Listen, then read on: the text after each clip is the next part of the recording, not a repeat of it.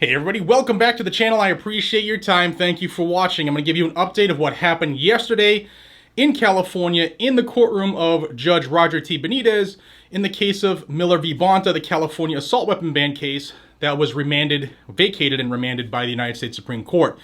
Before I jump into that, today's video is brought to us by the United States Concealed Carry Association.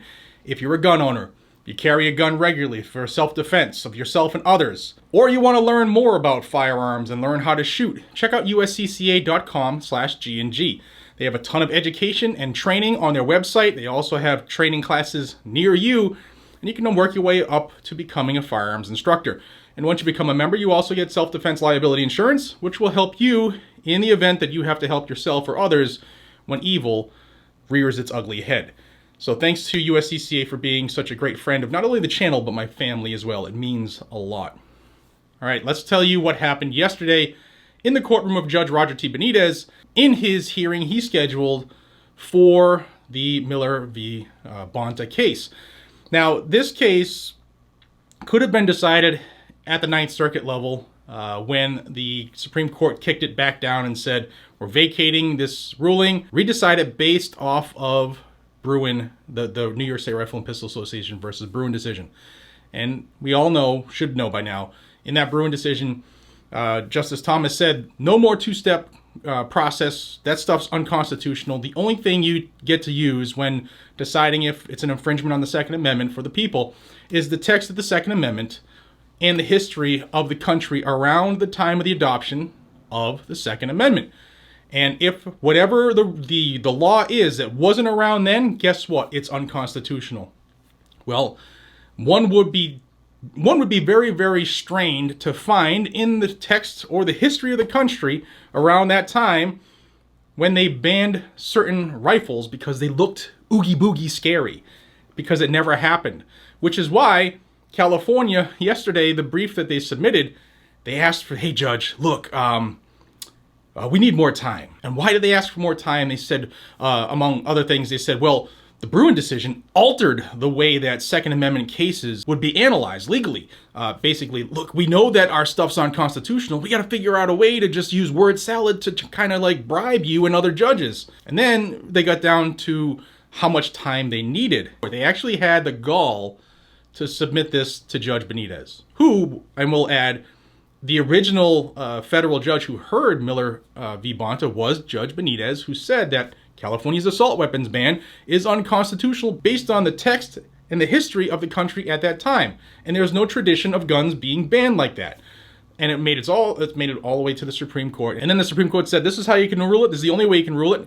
And California said, well, let's kick it all the way back to the guy who ruled it based off the way the Supreme Court said. It's just a way to delay things. Well, Judge Benitez saw through that. But here is the schedule that California's Attorney General submitted. And they submitted this in order to provide sufficient time to develop the supplemental historical record and conduct expert discovery before further proceedings on the merits. California respectfully proposes the following schedule.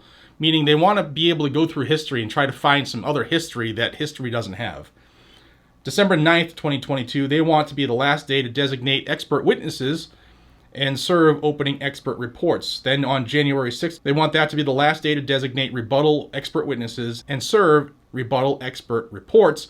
Then, February 3rd would be the completion of fact and expert discovery. And then March 3rd of 2023, actually, they should all say after January, should all say 2023. And then on March 3rd of 23 would be the last day to file cross motions for summary judgment. And then, of course, the judge would take take the next hearing and then time to decide. So California is asking for 6 to 8 months extra time to delay the inevitable. Well, Judge Benitez saw through the BS and he said, you know what? Stop. You got 45 days. And in 45 days, I want all the briefs in. And then you have 15 days for rebuttal briefs. That's 60 days total. And then all parties back in the court and we're going to wrap this up. Which is cool because we all know how he's going to rule. Judge Benitez is going to rule the same way that he did, however, 2 or 3 years ago for the Miller decision because he was backed up by the Supreme Court.